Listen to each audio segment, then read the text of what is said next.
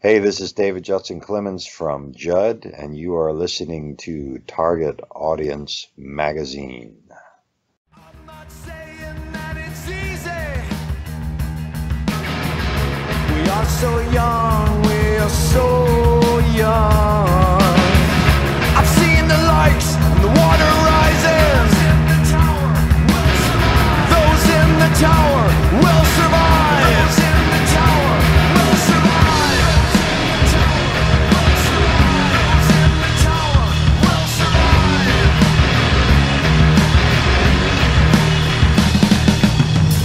And share this feeling that you give. David, thank you for joining me today. It's an honor to speak to you, and Oh, my pleasure, and right back at you. this has been an interview I've been looking forward to for quite a while. And for those not familiar with David Judson Clemmons, he has had quite an extensive career. He began his musical journey as a member of the duo Ministers of Anger, and then he was the frontman of the great but short-lived prog metal band called Damn the Machine, featuring ex-Megadeth guitarist Chris Poland.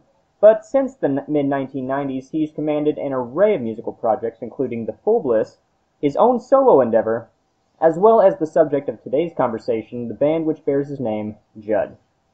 So, David, I want to start out and say that 2016 marks the 20-year anniversary of Judd's debut album, Something Better. So, from what you remember, what's the main difference of the lead up to that release for you, and how would you compare it with what you're feeling leading up to the release of your new album, Generation Vulture, which is coming out November 11th? Excellent. So, yeah, I didn't realize that's exactly like 20 years. That's a good question. So, when the first record was finished with the first Judd album, it was really like a couple of different demo projects that we put together, and then we figured out that it would really be an album kind of during the process. We found this little label in Germany, and they would pay some money in, and yeah, during the whole demo process, I was really kind of using that as a alternate way to express as I had been enjoying, but at the same time being frustrated by the couple years in Damn the Machine, because it felt everything felt a little clean and organized and kind of stale. And although it was really progressive, but when that was finished, and Judd came to life right in that second, it was really like sell the monster Bradshaw rack, switching system, get my Marshall back, get my old stomp boxes back, and kind of get back to the roots of raw rock and roll. And that was kind of like the source of all of that. And having my homies from Virginia with me, Steve and Haas, that was amazing. And that was really like a match made in heaven. And then we just really started creating, and we didn't, we wanted to be heavy, what came out, but we did not want to be metal heavy. Like, I never used humbuckers. If that, for the guitar players out there, that means something. I always played with single coils, like Strat Telly. And we were trying to keep ourselves a little bit more on a kind of innovative, what's in our soul. We tried not to allow the cliches and the genres to pull us really strictly into one direction. And we kind of tried to avoid metal, but at the same time let ourselves get extremely heavy and loud when we felt like it. And now I would say the subject matter of that album was pretty much all over the place. It was still social level and all of that, but it was a little bit maybe more on an indie kind of, yeah, we were hanging out a lot in clubs at the time and all that kind of stuff. Nobody gave a shit about who was president, but blah, blah, blah. And yeah, okay, what happens in 20 years? You get a little bit more connected to the soil, a little bit more connected to the infrastructure, what's going on around you. But I try to keep myself in the artistic world and not let myself be bogged down by that ridiculous bureaucracy and politics and all of that. But it seeps in a little bit, especially living here in Germany, where we've taken the most refugees as any other country. Next, it's in Turkey, I guess. And you see that that we increased the population in Germany by 1% in 1 year. I mean, that's amazing. And that's coming in, and you see the way America's reacting now. You see the way all this stuff, and you see how the people are changing, and that's where the word vulture comes from. It's like everybody's just out for themselves, and the more and more that I wrote for this album, the more and more I felt this kind of sneaking into the music, although I wasn't really trying, and it comes more and more into the music. And so the state of the world, maybe it's changed, maybe it's exactly the same, maybe it's just the way that I'm looking at it, but lyrically and all of that, that would be the change. That would be the difference in the last 20 years. Musically, of course, I've got 10 more records under my belt and a ton of experience, maybe 600, 700, 800 shows, I don't know. And the whole writing process, performing process, recording process is way more under control, and can really make the album go exactly where I wanted it to, and I'm super satisfied with it, and I think it's way better than the first Judd record, but I mean, that's all perspective, right? So I hope that you can make sense of that answer. That was a big question. Well, I think you did a good job with it. And this new album, obviously, I wrote a review for it, and I think it's great. And I actually did want to go in and talk about your inspirations and some stories behind the process of making it.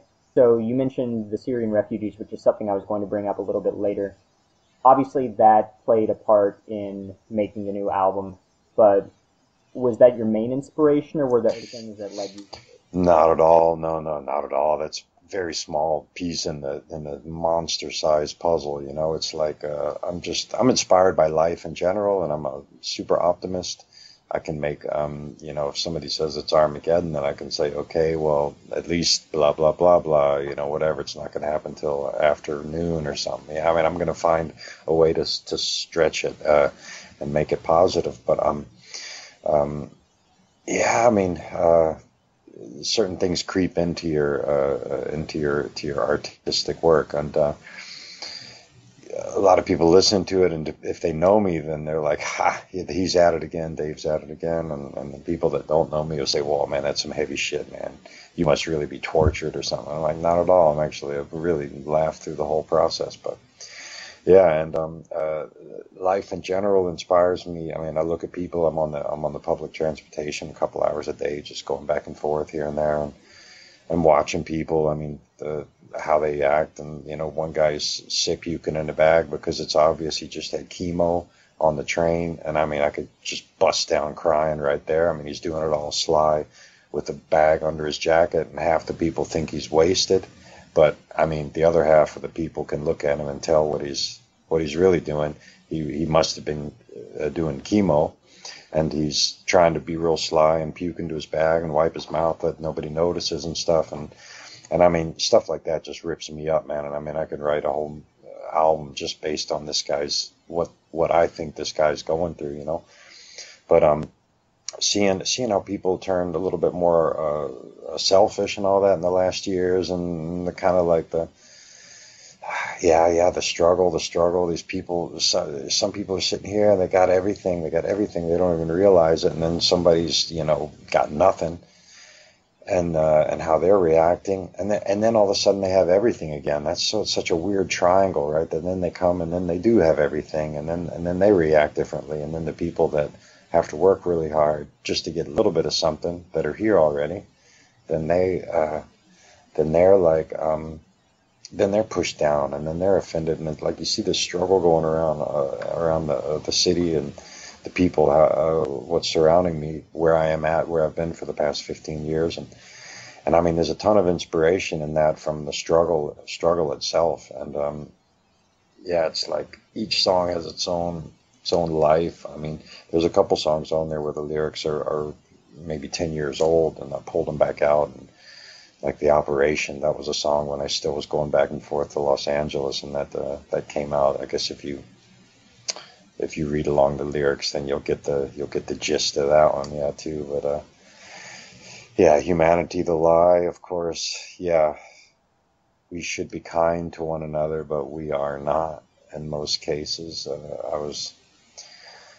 Inspiration, where does it come from? Like, I was sitting in a Mexican restaurant probably 20 years ago, 25 years ago, in California, in Los Angeles. And I always remember these guys. They were behind me talking at a table, and stuff like this sticks with me and inspires me to write. Yeah. and the guys were talking about modern civilization. Just two guys in a Mexican restaurant sitting right behind me, right? And they talked about how they define civilized, right? And one of them said, yeah, civilized is that now we have bulldozers that can dig big holes and dump more bodies in quicker and dead bodies into the holes than before. That's what we think civilized is. And this stuck with me forever. And I mean, stuff like that. It's like I try to put that feeling into the songs, and like the first song, Blind Society, one people might take it one way and one people might take it the other way. And I mean, that's definitely not supposed to be one particular society that is not paying attention. It's metaphorical, absolutely. So, but I'm inspired by life, not just refugees. Not just refugees. I did want to talk about the fact that you mentioned some of this stuff comes from 10 years ago, stuff from 25 years ago sticks with you and inspires you to write. And so the last Judd release was Sufferboy, which came out 2 years ago. And I thought it was an extremely strong album. It's one of my favorites. Thank you. Released. But especially since this material comes from a bunch of different time periods, current and past, by 10 years or more, what caused there to be such a long break between that album and this one? Yeah, funny. I didn't even realize it until I kind of did the math one day when I realized, oh, when did I do my last studio album, you know?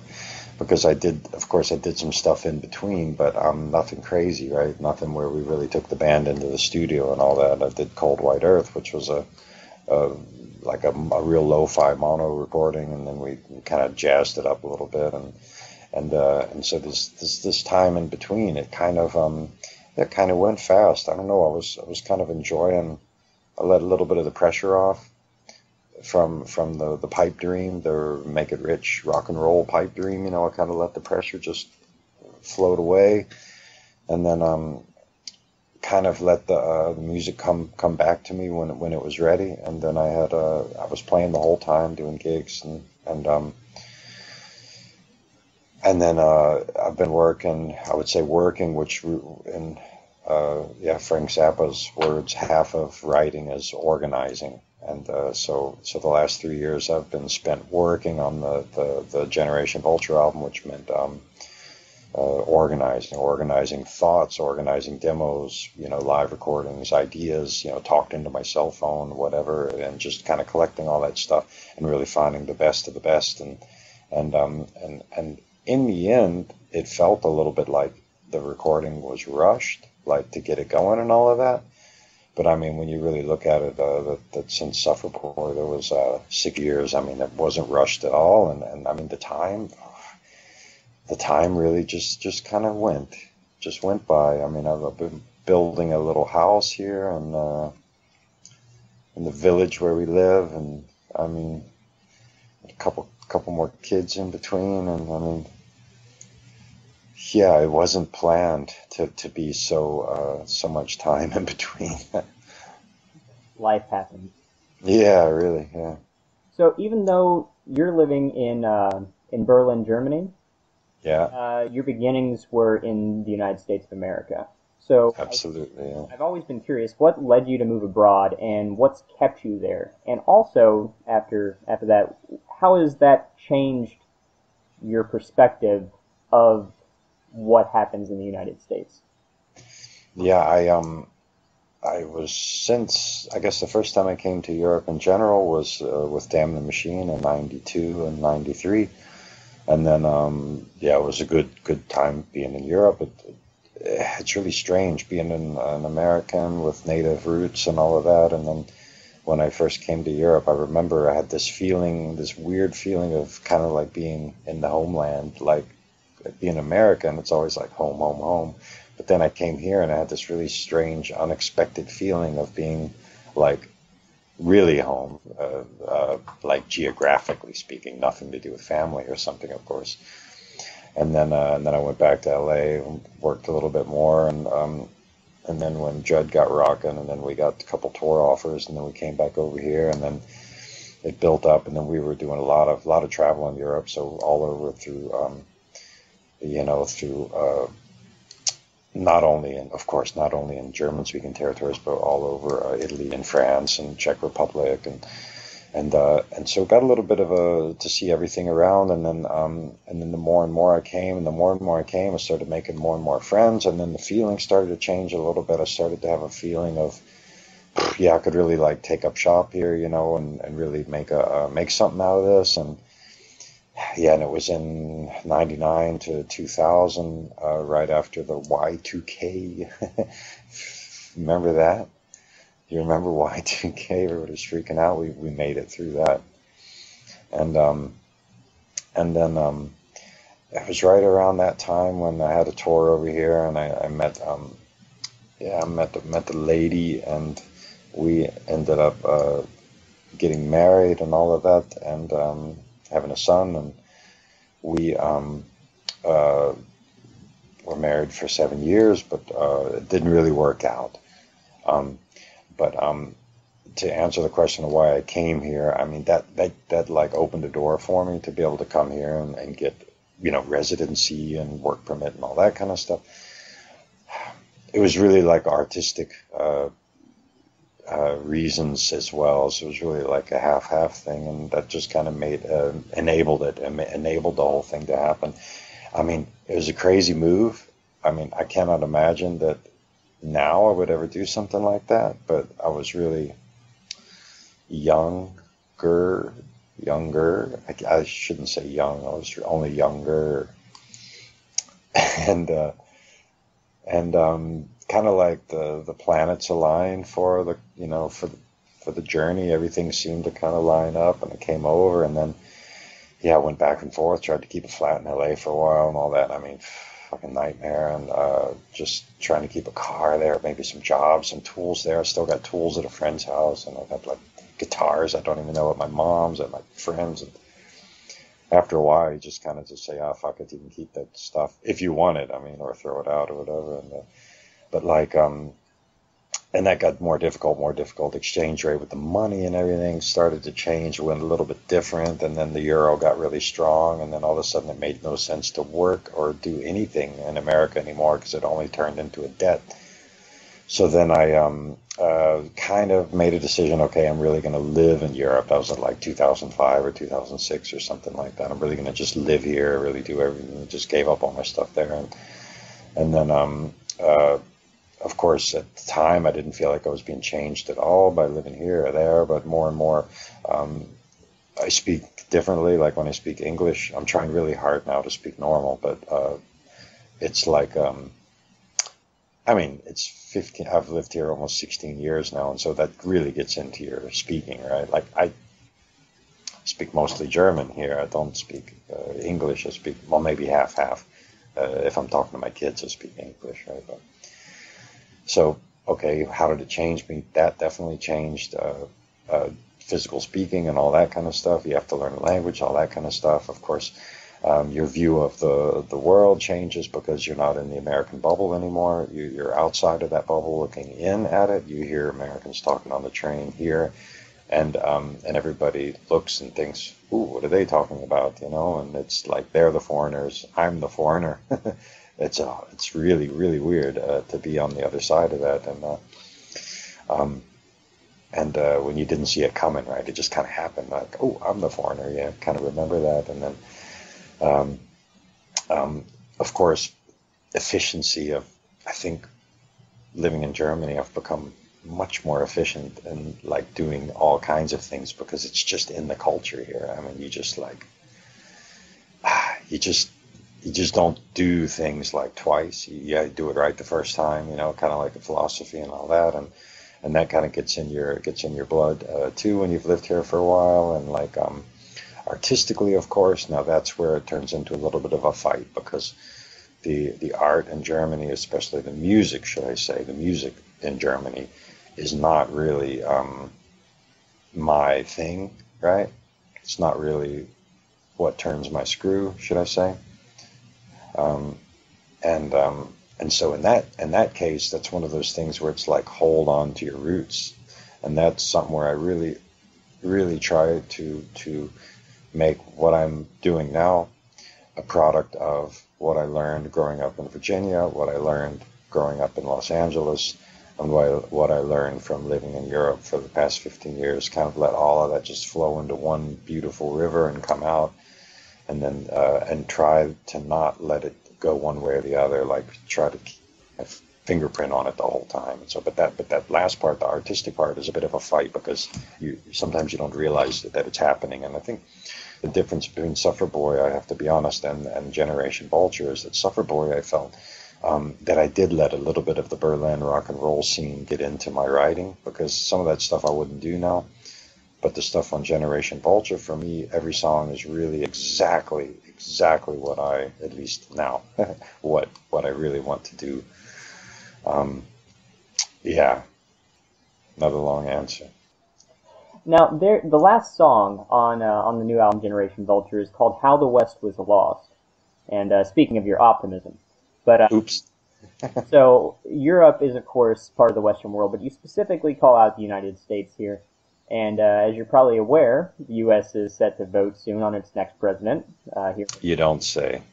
maybe a little bit of eyes on this one, but if you were running for president of the United States, Yeah. what would be your focus to help the West find its way? Yeah. Well, I can tell you that I would open this by saying, as I was younger, I really was a real freak in the way of kind of like help the people, save the people, network, keep in touch, keep your friends up, and build big networks of people that can do positive things and really make big change and make everything work better, right? And over time and time and time, you see how it's just so frustrating that people are just how they are. You don't change them. It doesn't matter who's president, And now I'm just kind of happy to keep a mood the whole day, a good mood. That's like my goals have changed a little bit, more focused now. But I think a lot about these things, right? And I mean, if I try to put this into a really short answer, because it's a huge question, of course it is. A person like me, okay, I have 6 kids. I've lived in 3 different places. I've been struggling my whole life with work. My parents were both poor, and I bought my first guitar with paper route money when I was 13, my own money. And I've been struggling for years and years and years and years and years. And I just see, I have a good experience with how to do things wrong and how to do things right. Unfortunately, very often from doing things wrong, and then you learn, I should have done it that way, And in all of this, and then the diplomacy of having a big family and trying to keep everything flowing and working and being an artist and paying the bills and, just looking at yourself in the mirror every once in a while. I mean, in all of that struggle, you learn some stuff. And for me, and I'm sure about this, I'm 100% sure about this, the problem everywhere with everybody is the same. It's not the leadership, it's the education. And the problem is, it does not matter who's in charge. Because, for example, you see this conflict between people in relationships, in bands, in families, in businesses, on the bus, in the government, on the battlefield. You will never, ever get people going the same direction, especially in America right now, if the people themselves don't want to learn real diplomacy with each other. Not fake diplomacy, but real diplomacy. How to say, like debating with each other over 2 different things that are completely different, that both have their own opinion on, but not hating each other for that. And that, for me, is the breakdown. That's what is wrong with the whole world, is because people, if one person likes red and one person likes blue, then they start to hate each other. And that is, then the president comes, or the leader, or the whoever it is, and says it's illegal to hate the blue people. Oh, it's illegal. Oh no, you go to jail or this, and that doesn't really fix anything, right? Because the people themselves have to figure it out. The people themselves, whether it's children in a family, whether it's workers in an office, whether it's members in a band or members in a parliament, those people have to learn how to get on with each other and go for common positive goals without hating each other. And you see that, and I'm so afraid of what's going to happen now. So if I was in charge, okay, I would definitely not have invaded Iraq with George Sr.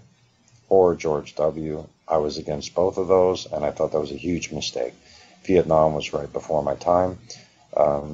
No idea. I guess I would not have done that either. I would have stayed out of all of these military conflicts. I would have continued to maintain a full military, but I would not have entered into those conflicts, right? With Mexico, I would definitely have a huge cooperation with Mexico, because I think that's the best thing. One of the best things about America is the Latin American influence. So yeah, but some people may disagree with me with that. I think that makes it positive. There's a great movie called A Day Without a Mexican. You have to watch that. Yeah, and but the education thing for me is the main thing. If you let the companies monopolize and you don't teach the children to go against the grain and be individual and support their local communities, local stores, local electronic shops, local music stores, local restaurants. I have a rule: no restaurants with electric signs. If I'm in a city, I tried to go to a restaurant that has like a painted wood sign instead of an electric sign, right? And I always think that you find yourself going to the better old school places, and you're supporting the old school places. So for me, if I was in charge, my primary objective would be education, to teach people to go against monopoly and to go against all of these things, to see it coming, and how to increase your diplomatic skills with each other, because I think that's exactly what you're going to happen now with.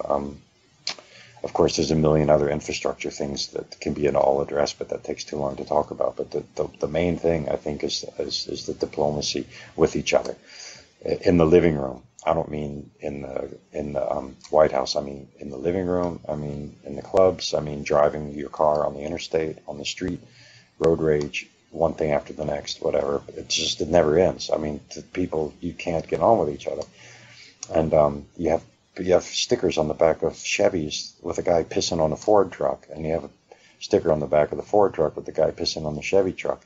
Maybe you have one of those. Sorry about that, Barry, if you do, but no, I don't. And it's kind of cute. I mean, it's kind of cute, but I mean, what do you really want? I mean, you really want people to piss on each other's trucks? Or I mean, what are you trying to say? It's like it's not really developing into anything that's going to lead to a better world. I mean, it's like kid stuff, you know, and you have to get over all that stuff, and you have to learn how to get on with each other. And the thing is now, people ask me, what do you think about the election? And I think actually it's not going to do anything, because it's the people that have divided, that have polarized.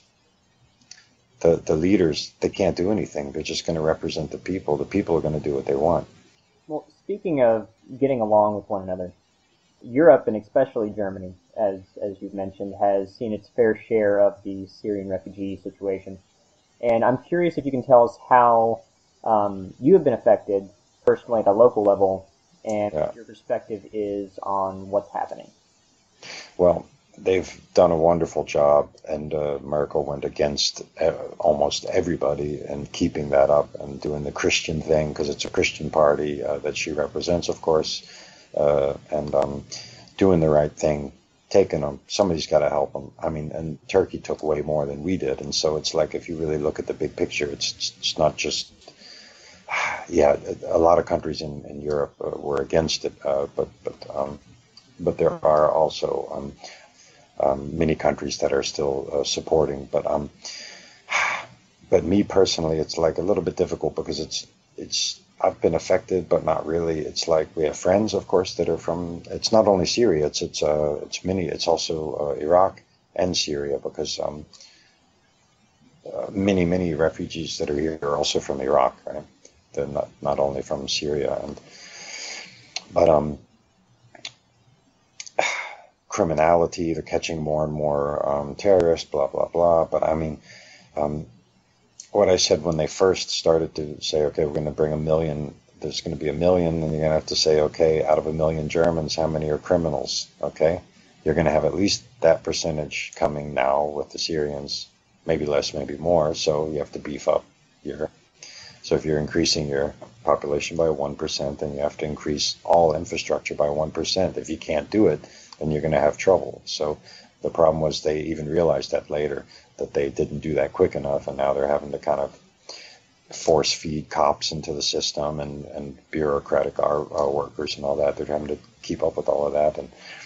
But I mean, personally affected, I mean, at the moment, it's not really. I mean, I have one guy that come to my shop every day, my little furniture store, named Salim, and showed me a picture of him on the gummy boat, on the rubber boat, and brought his.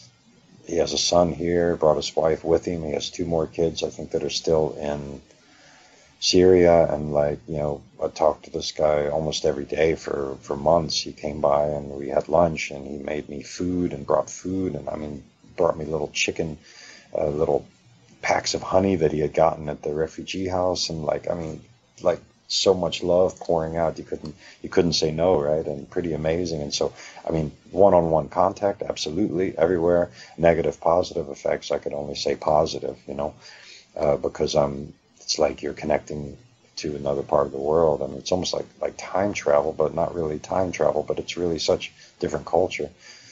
And but you probably want to also ask about the dividing of the people and people getting along in Germany, because of you've got the right rising up, of course, all over Europe, not only in Germany. And I'd have to say, as a supporter of democracy, then you have to accept that, because then you've got the Democrats saying those fucking right-wingers, blah, blah, blah. But at the same time, you have to say, okay, slow down a little bit, because if you want to protect your democracy, then listen to everybody, at least listen to what everybody has to say. And I'm a big fan of Lincoln, Abraham Lincoln, and how he was able to bring people together. And I think that's really what's missing right now. You need somebody like that can say, slow down, listen to everybody, let's say. And that's what a family person does. If you have a big family, then you have to say, okay, we can't do everything for everybody, but we can do a little bit for this, a little bit for this, a little bit for this. What about we do this? And then all of a sudden everybody's on the same page, and everybody's a little bit satisfied and works together, and then you work towards it for the future. You can do a little more, but if everybody's just punching each other in the face, it doesn't work, right? But the definite effects here, I mean, that I could say at the moment I have only positive effects. I mean, yeah, I mean, you've got negative effects, you've got crime, but I mean, it's just like normal crime. I mean, it's nothing more than it would be. I mean, it's not a war zone or something like that. I mean, oh, absolutely, I understand. And throughout your career, you've been very critical of society, but you've maintained an underlying sense of optimism. It's still there. But today is not my day. But normally I'm super optimistic. And where would you say your optimism comes from, since you're so critical on these albums of society? Yeah, maybe because we call ourselves, or I call myself, a millennial. They call us millennials. You're younger than me, so you're not a millennial. I'm a millennial, right? I think I'm still a millennial. Is that a real term?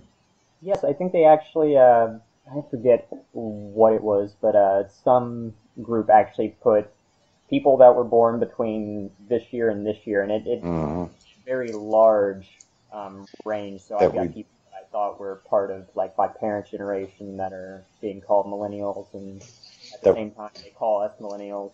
That we were old enough, we lived before pre-internet, pre-social media and all of that, and I mean, we have good memories of it and all of that. So that we're old enough to live in both generations, for example, before and after, and where the optimism comes from. I think that's where it comes from, because I remember that it can be really awesome without all that shit, right? And I mean, my parents both. Yeah, always loved and supported me, you know, maybe sometimes less, sometimes more.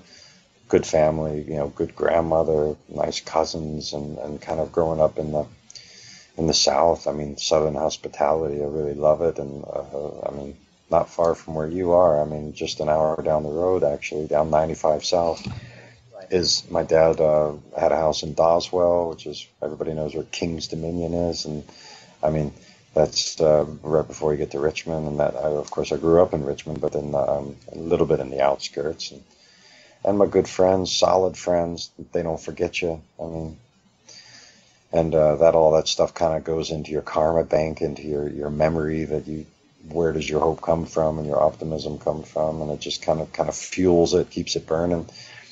I always have hope in mankind. I mean, the forest burns and lovely flowers grow afterwards. It's like even in the darkest, evilest end of world fire, then comes something out of it. I mean, there was once a Newsweek, I think, magazine article that said humans never have to worry about destroying the earth. The only thing you will do is destroy the parameter of environmental conditions supporting our life. That we won't destroy the earth, because it's just that's a bigger subject, right? It's not our job. We won't do that, but we could raise lower temperature, you know, quality of air, water. I mean, we could change that, and we could eliminate ourselves, but we won't end the world. Something else will come, right? The Lemmy Kilmister cockroach with diapers for shells or something like that will come. And but the optimism, it's always there. So even on the darkest days, I still try to find something good. And I mean, what does it do? I mean, I got friends that are just down all the time, and I mean, that doesn't do anything. I mean, you got one life. I mean, you can make the best of it. So good family, good upbringing. Yeah, although it's a little strange, a little bit of luck, and some of it's just in your genes. I mean, David, not only are you the mastermind behind Judd, but also a band called the Fullbliss, not to mention your solo albums. So when music strikes you, how do you divvy up where each idea goes? I would like to say that it was always on purpose, that I have these kind of three triangles of music, but in the beginning it was just a bit of random, I have this for this, this for this. The Fullbliss was born out of overloaded material while doing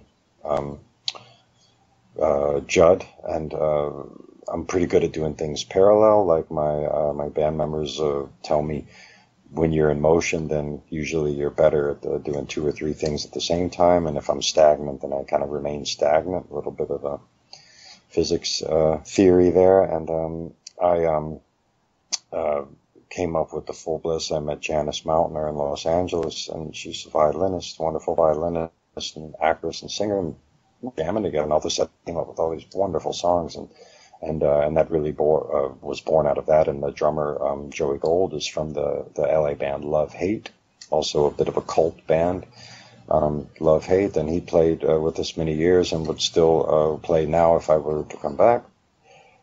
And the Fullbliss was really kind of like an external outlet. You could say like a side project turned main project turned side project. And I mean, nothing really, nothing ever really stopped. It's all just kind of there. And when I want to use it, then I use it based on the song material. For example, the Judd stuff is always more power driven, more electric guitar riff driven, bit more yelling, screaming, and the Fullbliss is a bit more beautiful and a little bit more like melodic and sometimes a little quirky, but Over the years, of course, both things developed, and then where the solo record came out, where I finally decided to use my name, and I mean, it was kind of like a combination of everything. And I said, what am I going to call this then? You know, and so then I just put my name on it, and then at that point, then it was just like full chaos, and then every record just had a different name, and then one sounded like another, and should have been this, and some people say that should have been a Judd record, that should have been a Fullbliss record, and so now I think I'm back on track. I think the Cold White Earth album with my name was perfect because it was really minimalistic. The new album, the Judd album, is definitely a Judd album, and the Fullbliss name is still kind of reserved for the next kind of eclectic collection of things, which could be coming up to see what the future brings for me. Right, and I did want to talk to you on the subject of musical diversity. What is next for David Judson Clemmons? Yeah, well, the cool thing is that I recorded more songs in this last session, right? At the moment, I'm focusing on the Judd release, trying to get it to as many fans as possible, of course, which is coming on November 17th, which happens to be my 100th birthday. Oh, I mean 50th birthday. Did I say 100? I mean 50. So it's been moved back to the 17th of November now? Yeah, it got pushed up a little bit for some reason. I don't know, but then so although my brain is already on the next step, I should stay on the Judd release now and keep the pressure on that and do as many concerts as possible, as many invites that we might get to play. And the good thing is that I did record a bit more material, and so we recorded 10 tracks, and we only needed 7 for the album that really fit the best together. So we have the 3 in reserve, and 2 of them could be that they end up on a Fullbliss record, actually, or a solo record. One of them is definitely a Judd song, and so we'll have to see. It could be that all 3 end up the first 3 songs for the next Judd album, which were kind of, you know how that goes. I think Ozzy recorded his first 2 solo albums at the same time, and that kind of helps you keep a momentum, right? And we kind of hoped also that, okay, now we only have to go in and record 4 or 5 more songs. Everything goes a little quicker, maybe a little bit cheaper, and we can get the next record out again, which would be the 7th Judd record. Could be kind of interesting. And so that's probably the most likely thing would be after this. We want to, I would like to use a more eloquent word, but I'm going to say milk. We're going to milk this album as long as possible. And squirt, squirt. And during that process, I'm sure that the next over the next year, the next steps will be clear. I mean, like I said, we definitely have the 3 songs ready. I would like to collect all of my concert footage, which I have more and more now. I have probably about 25 full concerts filmed from fans and different people, and they've been sending them to me over the years, and I would like to kind of get them all prepared together, like that we could at least offer those on the website for people. That's a big job too. That's a really big job. So I was thinking about maybe working that over the next year as well. Oh, that'd be fantastic, or even maybe doing a DVD release if the quality is good enough. Yeah, we would. Therefore, we would probably have to do some serious work on some of the older stuff, but some of the newer stuff we have is in super condition. I mean it's digitally filmed, some of it in HD and all that, but of course the stuff from the 90s is really grainy video. But we have the good thing is it's a huge collection. I have about 60 hours of video from the 90s. Good stuff too. Funny stuff like driving through the snow and all that shit, pissing in wherever you are, and funny fan stuff, and sleeping, waking the guys up and all that with the camera, which they always love that. Almost anybody loves being woken up in the morning with a video camera right in their face. I mean, hard to find somebody that doesn't love that, you know. All right. right, David. Well, I know it's really late there. I have one final question for you, and then I'll let you go.